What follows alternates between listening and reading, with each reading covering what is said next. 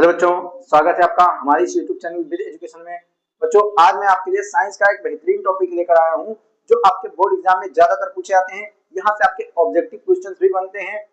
तो बच्चों, इस वीडियो के लास्ट तक बने रहिएगा। इस टॉपिक को मैं बहुत ही बेहतरीन तरीके से आपको आज समझाऊंगा। आज का जो हमारा टॉपिक है वो है सूचक। ठीक है बच्चों, तो ये सूचक क्या होते हैं, ये कितने प्रकार के होते हैं, इनकी परिभाषा क्या है, और इनको उदाहरण के तौर पर हम बहुत अच्छे तरीके से आपको इनकी परिभाषा जो है और ये कितने प्रकार के होते हैं ये मैं आपको समझाऊंगा। तो इस वीडियो के लास्ट तक बने रहिएगा। चलिए शुरू करते हैं आज की इस वीडियो को। तो बच्चों, आज का जो हमारा टॉपिक है सूचक, पहले तो इसकी परिभाषा देखते हैं कि इसकी परिभाषा क्या है। तो बच्चों, आज का जो परिभाषा है इसकी यह है, वे रंजक जिनका रंग अम्लीय या क्षारीय माध्यम में भिन्न भिन्न होते हैं सूचक कहलाते हैं। इसका अर्थ ये हुआ बच्चों कि अगर हम किसी पदार्थ को अम्ल में अगर डुबोते हैं तो वो दूसरा रंग देता है, यानी कि अगर हम उसमें अम्ल की मात्रा को छोड़ते हैं तो उसका रंग दूसरा होता है, और अगर फिर हम उसमें क्षार को छोड़ते हैं यानी क्षार विलयन में डुबोते हैं तो वो दूसरा रंग देता है। उदाहरण के तौर पर बच्चों, मान लिया हमने ये पदार्थ, इस पदार्थ को, पहले तो हम इसके पूरी डिफिनेशन देखते हैं, उसके बाद में मैं आपको उदाहरण के तौर पर समझाता हूँ। फिर इसका एक और परिभाषा है बच्चों कि जैसे आपके पहले तो जब आपके बोर्ड एग्जाम में या कहीं पर आपको ये पूछेगा कि सूचक क्या है, तब आपको ये परिभाषा लिख देना है। वैसे तो ये परिभाषा जो मैंने पूरा लिखाया हुआ है और ये दूसरा जो परिभाषा है दोनों सेम ही है, बट आपको अगर समझ में नहीं आया होगा कि सूचक क्या है तो आपको मैं अम्ल और क्षार के माध्यम से एक बहुत बेहतरीन तरीके से मैं आपको समझा रहा हूँ। बच्चों, जैसे आपके अगर एग्जाम में आया कि अम्ल क्षार सूचक क्या है, तब आप ये परिभाषा भी लिख सकते हैं कि वे पदार्थ जिनका अम्लीय विलयन में एक रंग तथा क्षारीय विलयन में दूसरा रंग होता है अम्ल क्षार सूचक कहलाते हैं। इसका अर्थ ये हुआ बच्चों कि वे पदार्थ जिनका अम्लीय विलयन, अब अगर हम अम्लीय विलयन यानी कि जिसमें अम्ल हो उसमें अगर किसी पदार्थ को डुबोते हैं, वही बच्चों कि अगर हम इसमें किसी पदार्थ को डुबोते हैं अम्लीय विलयन में तो वो दूसरा रंग देता है, यानी वही यहाँ पर अर्थ यही हुआ कि अम्लीय विलयन में एक रंग तथा क्षारीय विलयन में दूसरा रंग देता है। अब जैसे उदाहरण के तौर पर हम ये पदार्थ लेते हैं, ये पदार्थ जो है, मान लिया ये कोई ऐसा पदार्थ है जैसे कि समझते हैं हम इस पदार्थ में अगर हम अम्ल, इसको अम्लीय विलयन में मैं ले जाकर इसको मैंने डुबो दिया, उसके बाद में फिर हमने इसी तरीके से इसी दूसरे पदार्थ को, यही सेम दूसरा पदार्थ जो है, इसको मैंने ले जाकर क्षारीय विलयन में डुबो दिया। तो जो अम्लीय विलयन में पदार्थ दोनों सेम ही है, लेकिन अम्लीय विलयन में इसका रंग दूसरा रहेगा और क्षारीय विलयन में इसका रंग जो है वो दूसरा रहेगा। ठीक है बच्चों, समझ में आ गई ये बात? तो यही हमारा अर्थ हुआ कि अम्लीय विलयन में अगर हम किसी पदार्थ को डुबोते हैं तो उसका जो रंग है वो दूसरा बन जाएगा, और जो क्षारीय विलयन में अगर हम डुबोते हैं तो उसका यानी कलर यानी रंग जो है वो दूसरा होगा। ठीक है बच्चों, अब उदाहरण के तौर पर जैसे लेते हैं लिटमस पेपर, पत्ता गोभी आदि।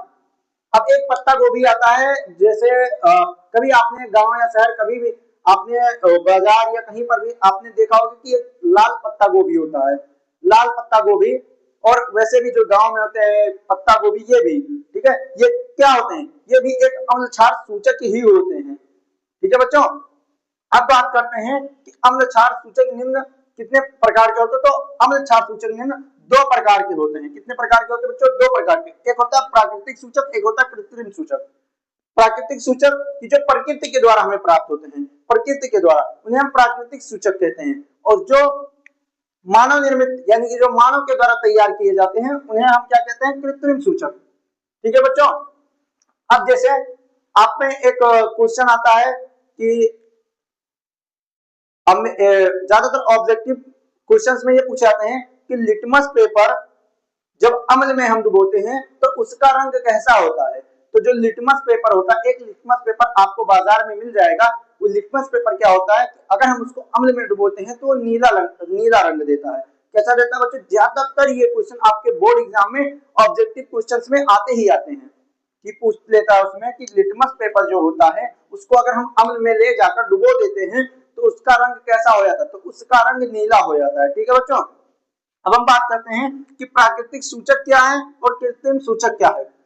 तो प्राकृतिक सूचक की, चलिए बच्चों अब हम प्राकृतिक सूचक की परिभाषा देखते हैं। तो अब हम बात करेंगे कि प्राकृतिक सूचक और कृत्रिम सूचक क्या है। ठीक है बच्चों, तो चलिए देखते हैं इसकी परिभाषा क्या है। तो बच्चों प्राकृतिक सूचक वे सूचक जो प्रकृति में पाए जाते हैं प्राकृतिक सूचक कहलाते हैं। ठीक है बच्चों, जो प्रकृति में पाए जाते हैं उन्हें हम प्राकृतिक सूचक कहते हैं। जैसे लिटमस, हल्दी, लाल पत्ता गोभी, हाइड्रेंजिया, कुछ फूलों की पंखुड़ियां।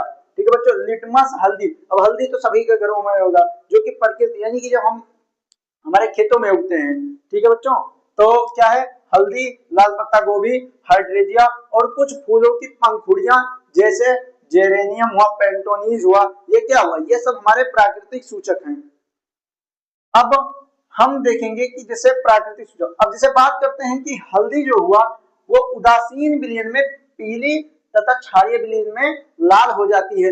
अब उदासीन विलयन, अब हमने आपको अपने हमारे चैनल पर एक वीडियो पढ़ा होगा जो कि है पीएच पैमाना प्रसार, उसमें मैंने आपको उदासीन, अम्ल और क्षार बहुत बेहतरीन तरीके से आपको समझा दिया है, आप जाकर वहां पर देख लीजिए। ठीक है बच्चों, फिर भी मैं यहाँ पर समझा रहा हूँ कि उदासीन क्या था। उदासीन का अर्थ ये हुआ कि ना जिसमें अम्ल हो ज्यादा और ना ही क्षार, यानी जिसमें अम्ल और क्षार की दोनों की मात्रा हो, उसे हम क्या कहते हैं, उदासीन विलयन कहते हैं। ठीक है बच्चों, अब हल्दी जो होता है वो उदासीन विलयन में पीला हो जाता है, और यानी कि जहां पर अम्ल और क्षार उसके दोनों गुण जो होते हैं अगर हल्दी पर पड़ते हैं तब क्या हो जाता है, हल्दी वो हो जाता है उदासीन विलयन में पीला हो जाता है, तथा क्षारीय विलयन में लाल हो जाता है। अब केवल अगर हम क्षारीय विलयन में डुबोते हैं हल्दी को तो कैसा हो जाता है, लाल हो जाता है। ठीक है बच्चों, अब हमारा जो अगला है वो कृत्रिम या संश्लेषित सूचक, यानी इसका दोनों अर्थ एक ही हुआ, कृत्रिम या संश्लेषित सूचक, या इसको हम कहते हैं अपनी भाषा में मानव निर्मित सूचक, यानी मानव द्वारा तैयार किया गया जो सूचक उसे हम मानव निर्मित सूचक कहते हैं। अब इसकी जो परिभाषा है वो है वे सूचक जो प्रयोगशाला में निर्मित किए जाते हैं संश्लेषित या कृत्रिम सूचक कहलाते हैं। जो प्रयोगशाला में बनाए जाते हैं उन्हें कृत्रिम सूचक या मानव निर्मित सूचक कहते हैं।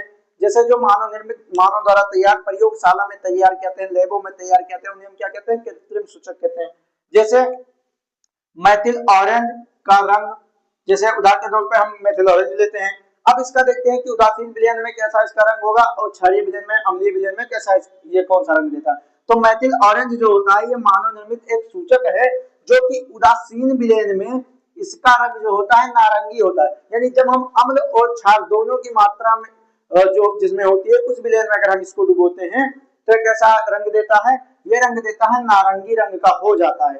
ठीक है बच्चों, अब जो अगर हम इसी को अम्लीय विलयन में अगर हम इसी सूचक को डुबोते हैं, इस मानव निर्मित सूचक को डुबोते हैं, यानी मैथिल ऑरेंज को अगर हम अम्लीय विलयन में अगर हम डुबोते हैं तब ये हमारा जो इसका रंग देता है ना, ये गुलाबी रंग का हो जाता है। कैसा रंग हो जाता है इसका, गुलाबी रंग।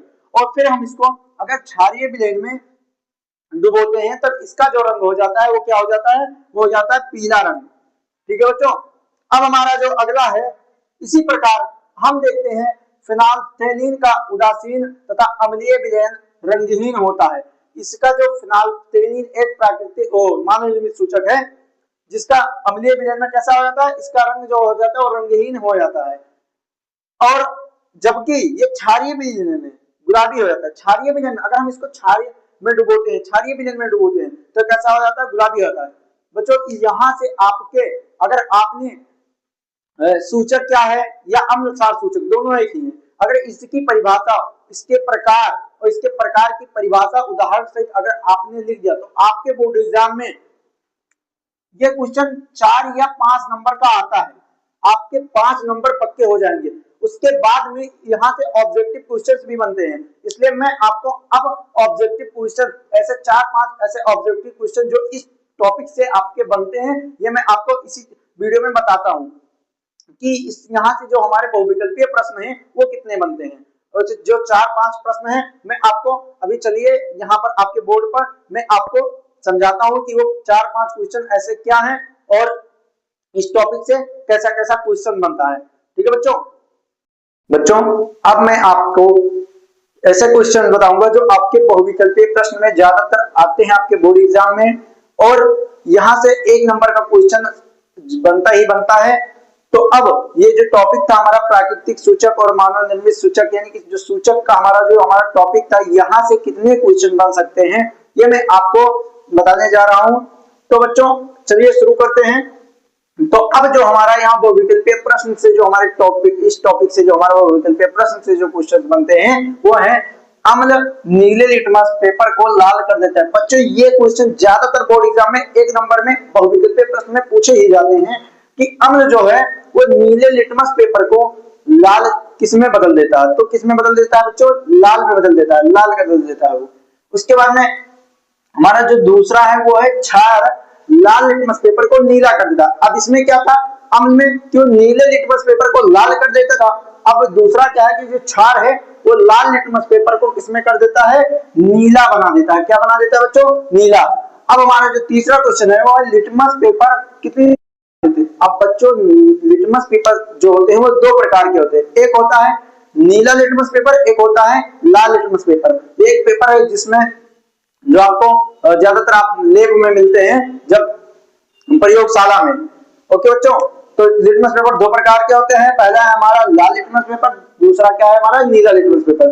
अब बच्चों बात करते हैं कि जो 4 प्राकृतिक सूचक, अब आपके बोर्ड एग्जाम में ये भी पूछ लेता है कि किन्हीं आप 4 प्राकृतिक सूचक के नाम लिखो, किन्हीं आप 4 मानव निर्मित सूचक के नाम लिखो, या बात उसमें कह दे आपके क्वेश्चन में ये भी दे सकता है कि कृत्रिम सूचक क्या है, या संश्लेषित सूचक भी आपको आपके बोर्ड एग्जाम में ऐसा भी पूछ सकता है। तो इसका अर्थ ये है कि जो मानव द्वारा बनाया गया, चाहे वो कृत्रिम पूछे चाहे संश्लेषित पूछे, इसका एक ही अर्थ है मानव द्वारा जो बनाया गया सूचक है वो कौन कौन से होते हैं। तो आपके बोर्ड एग्जाम में पूछ लेता है कि 4 प्राकृतिक सूचक के नाम लिखो, 3 प्राकृतिक सूचक के नाम लिखो, ऐसे आपके क्वेश्चन पूछ सकते हैं बोर्ड एग्जाम में। तो मैं आपको 4 प्राकृतिक सूचक के नाम लेकर आया हूं। पहला है लाल पत्ता गोभी, फिर हल्दी, हाइड्रेरिया, जेरेनियम, और फिर हमारा जो दूसरा है वो है 3 कृत्रिम सूचक के नाम लिखो। तो अब कृत्रिम सूचक यानी जो मानव निर्मित सूचक है उसका है methyl orange, methyl red, phenol red. ठीक है बच्चों। अब बच्चों ये हमारा पूरा टॉपिक आज का समाप्त हुआ। बच्चों अगर आपको इसमें कुछ भी डाउट हो तो आप कमेंट में जरूर बताइए, और इसका जो पीडीएफ मैंने फोटो खींचकर उसके बाद में मैंने अपने डिस्क्रिप्शन में डाल दिया है। आपको अगर यहाँ से कोई प्रॉब्लम होगी तो आप मेरे डिस्क्रिप्शन में जाकर वहां से इसका फोटो से आप इसके नोट्स में अपने उतार सकते हैं, और अच्छे से अच्छा नंबर यहाँ से आपको मिलेगा, क्योंकि इसमें से ऑब्जेक्टिव क्वेश्चंस भी बनते हैं और इसको आपके लॉन्ग क्वेश्चंस भी आपको यहाँ पर मिलते हैं, जो कि 3 नंबर 4 नंबर का आपको बोर्ड एग्जाम में देता ही देता है। तो चलते हैं, अब हम मिलते हैं अगले वीडियो में। तब तक के लिए धन्यवाद। जय हिंद।